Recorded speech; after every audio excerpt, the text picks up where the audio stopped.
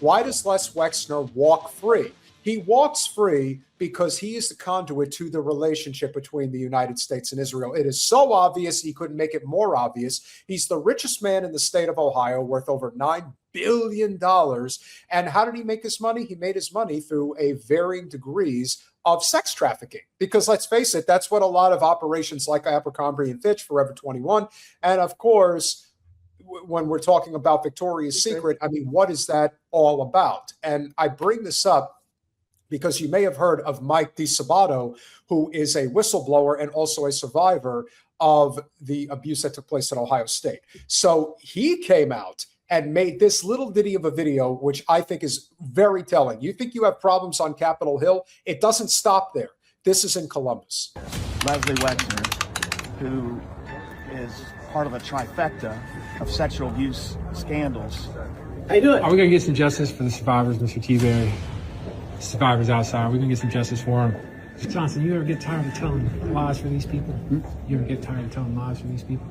I don't tell any lies.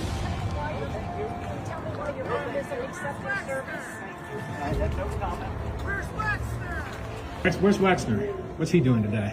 You have to ask his people. Well, his people's right there. Board Chairman John Zeiger is his personal lawyer. Where's Wexner, Zeiger? We got to get you straightened up, brother.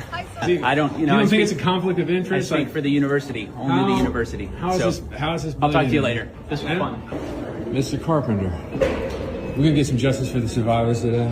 Mr. Marshall, I know you're... this gentleman is here accosting people. He's So accosting. the guy wearing the Burberry scarf, who probably is a very wealthy, comfortable man in one of the Ohio suburbs, doesn't like being questioned about why he doesn't do his job. Mo, what is going on in Columbus, Ohio, and why is no action being taken against Les Wexner in the State House of Ohio? I mean, he has been, how much money has he given to Ohio State? I mean, it's something like $400 million, but Wexner, he founded the Mega Group in 1991, I think. This was, I think it was sort of an intelligence outfit, but it was a group of Jewish billionaires who only desired. Then they changed the name to the Study Group. And what's interesting about the Mega Group is that supposedly Robert Maxwell's, one of his code names with Mossad was Mega because he was fat. And so I'm not exactly sure if the two things are related, but Wexner has been sort of at the very top of these institutions for a really long time. He's given, I think, another like $400 million to Harvard to fund to finance the graduate education, Kennedy School education of hundreds of Israeli politicians and civil servants. But there are some Mega Group archives are available on the internet, and you go through and you can really see how concerted there was this sense of urgency around the intermarriage crisis, and we need to make Judaism or being Jewish and loving Israel aspirational again. And he's this aspirational king, right? He creates Victoria's Secret. He creates Abercrombie and Fitch. Abercrombie and Fitch, again, extreme white supremacy going on in that brand, and that was one of the things.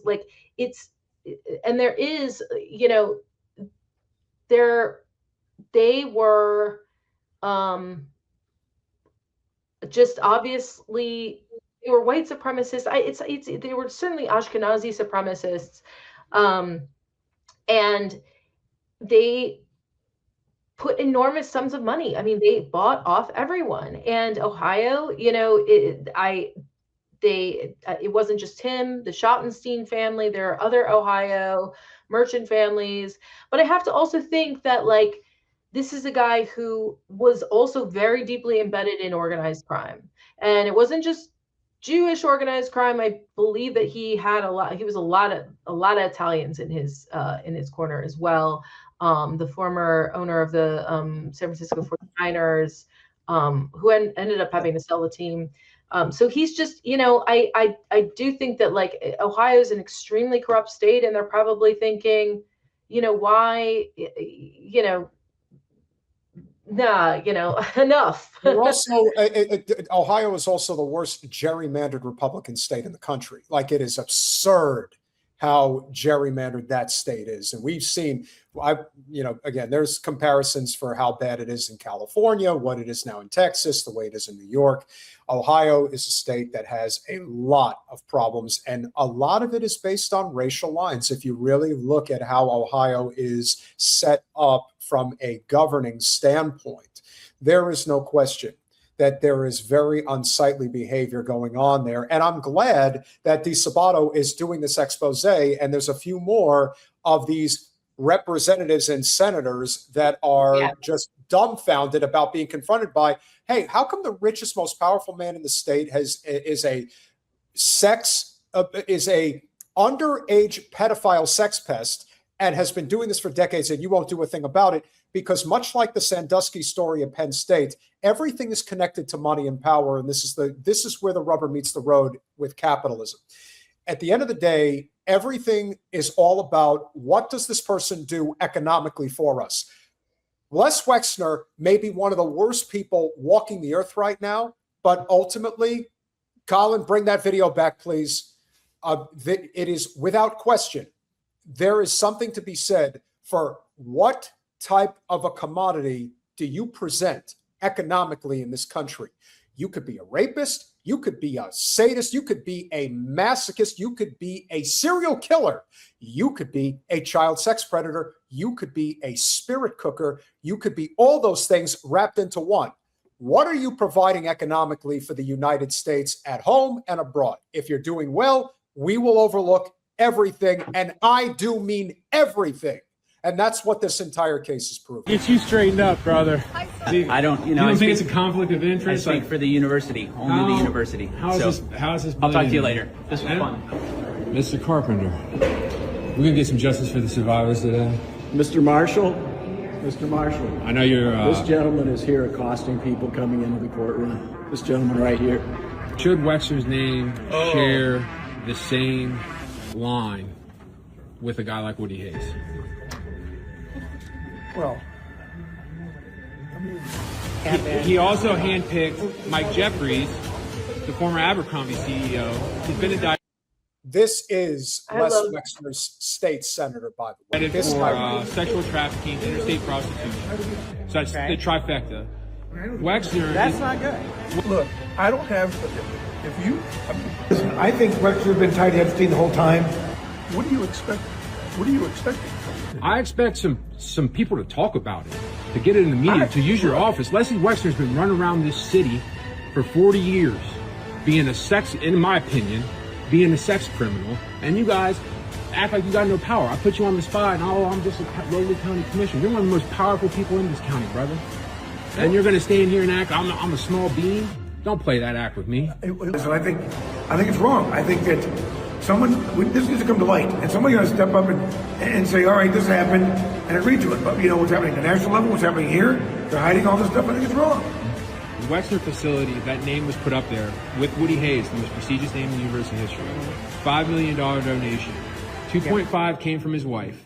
The other 2.5 came from Jeffrey Epstein, his foundation, with Giselle Maxwell. 2.5. If you want to forward that to me, I'll look at it. And I'm giving you the heads up because there's a storm coming. Well, then that's a problem for him if that's the case. Yeah. Do I like Les Wexner? I barely know the guy, but do I Will you like give his money back? like what he's done? Will you give his money back? Your campaign money? He gave me money years ago. Will you give that money back to charity? Sure. All right, there we go. Thank you. Appreciate it. Isn't it amazing how cowardly these men are? These Can we be done with them now? Can we be done with that? Thank you. I do think, I mean, it does remind me of, one of the most famous politicians to come out of Ohio was Jim Trafficant, the guy that Yes. like Trump Yep. sort of ripped his whole Seriously passed. persona, right? Jim Traficant was a real was a real enemy of Israel, and you know, he was extremely corrupt, you know, super mobbed up, but he was very popular, and he was a legit populist. Like he, uh, you know, he was very anti-free trade, and he, you know, wanted to sort of clamp down on the banks during the, you know, I mean, he represented Youngstown, and he did it accurately, and he had just, you know, a whole lot of, and people were feeling. I mean, you can tell when you hear people calling up C-SPAN. I was listening to a story, you know, like a documentary about him, and people were calling up C-SPAN to talk about Traficant. Like when in 1982, when the steel industry collapsed, and suddenly, you know, the unemployment rate in some of these places was like 30%, right? You know, like the 1930s level. And suddenly everything that they'd built their, you know, communities on was just gone overnight. And it was, and you know, all of these people in steel country, and heavy industry country, they all voted for, if you look at, they all voted for Mondale in 1984. I mean, overwhelmingly. No one else did. No one else cared.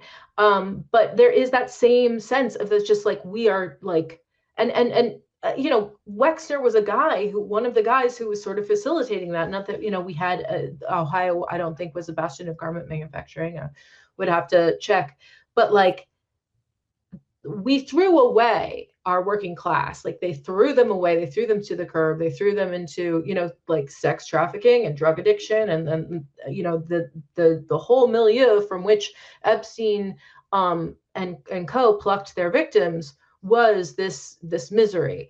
And I think that, like, you know, and that's why they were mad about the immigrants, because the great replacement had, you know, that theory, whatever, you know, is not like it's not without merit, right? Like, oh, okay, you'll just, you know, you're now you're going to import labor from countries where the, you know, family isn't completely broken down, and family where drug addiction doesn't run rampant, and where their money can go a little further because the currency, you know, isn't you know, inflated the way that ours is, so there can be the reserve currency, you know, yada yada. Like there is an element, like I understand that I've never been, you know, an immigration hawk, but I always have understood that sense, like, oh, I see what you're doing. You know, Yes. you're just going to, you know, like you fucked up our generation, so now you're just going to import. And that's how these people do think, right? And again, I mean, no one represents that more dramatically than Leon Black. Some of the most troubling stuff in the file. I mean, there's so much troubling stuff in the files, right? To the point where you're like, did they leave this in so that people would, you know, be discredited if they even talked about it, right? Some of the craziest allegations against Donald Trump, for instance. Right. There's one guy in there who, you know, is especially difficult to, you know, there's a few in there that even I am pretty sure are hallucinations, right? But at the same time, what we've seen, what we know now of how that network worked, it really does. And I think also, right, the idea, the way that they discredit these people, and Leon Black is a really good example of this, because he, one of the Russians, this is one of the very rare cases where one of the Russians in the Epstein network sued and told her story. And unfortunately, her story was a little bit, you know, more difficult. It's more problematic because she had taken a lot of money from Leon Black over the years. And you can see at one point, Leon Black goes undercover and records her and gets her basically demanding $100 million for everything that he's put her through.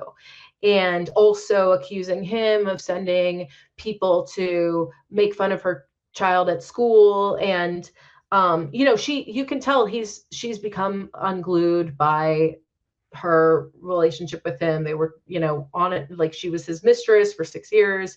But he also raped her all the time and treated her like crap. And this brings everything full circle, because at the end of the day, as I always allude to on this channel, is that it's the saying that Whitney Webb has, which is, it's one nation under blackmail. All of these clandestine operations are based on this idea that there's always something in the closet that if they have to pull it out as a trump card, if you will, then they're going to pull it. I think those days are dying. Yeah. And the reason I believe that they're dying is because the American empire is dying.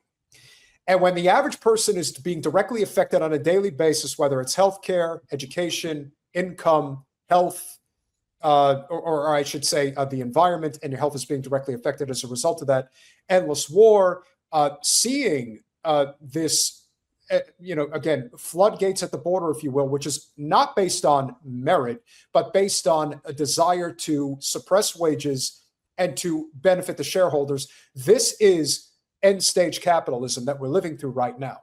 And the total denial of that reality, which a lot of people still don't want to address. It's why they don't want to address the truth about the Charlie Kirk story. It's why they don't want to address the truth about Les Wexner and what the Israeli mafia operation that has been running this nation for decades and decades. It's all coming to a head because change scares the ever-living shit out of the average person. And that's why they would rather not talk about it. They'd rather pretend it's not going on. Let's just move on, as they say. We're not moving on now. Now we've come full circle, and it's not a question of if, it's a question of when. And your reporting is immensely important. What we do here, I hope, is beneficial to the people that watch and share it. That's why we do what we do. I want to thank you for obviously coming on this evening, because there are going to be many more layers to this story going forward. This is just the tip of the iceberg. There is an additional 3 million plus files that we do not know about. Who knows how much more sinister it gets? I'm sure it gets worse. And there's a reason why those names are not being redacted. I don't think it'll matter. That's the truth. No one seems to care. It's like they could say whatever they want. There's no there's no repercussions. There's no justice. So I don't know why they hide it. Well, they've done a great job of hiding it for a while, but I believe those days are ending because they're not fooling anybody at this point. When and what's going to happen though? What do you think is going to happen, Mo? I think we're heading for revolution, to be honest. I really do. I think at some point people are just going to say, you have. No, I mean, I asked Mo, like, what do you think the deal is? Like, no matter how much they expose, it doesn't seem like it. What's the breaking point? Well, like, I mean, we have a mafia regime right now, so they're not going to do anything because they don't even have, the DOJ doesn't even have any lawyers, right? They're hanging on by a thread. Every lawyer who does work for the DOJ is like, what am I doing here? The thing that we know is that one thing that sort of really touched off the worst excesses and sadism, right, was the collapse of the Soviet Union, deindustrialization, right, and the collapse of the Soviet Union really enabled them to. There's a part in one of the lawsuits against Leon Black where the woman's it's right after September 11th, and the woman's at Epstein's house with Leon Black, and they're all talking about how desperate the models who are stranded in New York after Fashion Week are, and how they'll take it in the ass for $100. Right.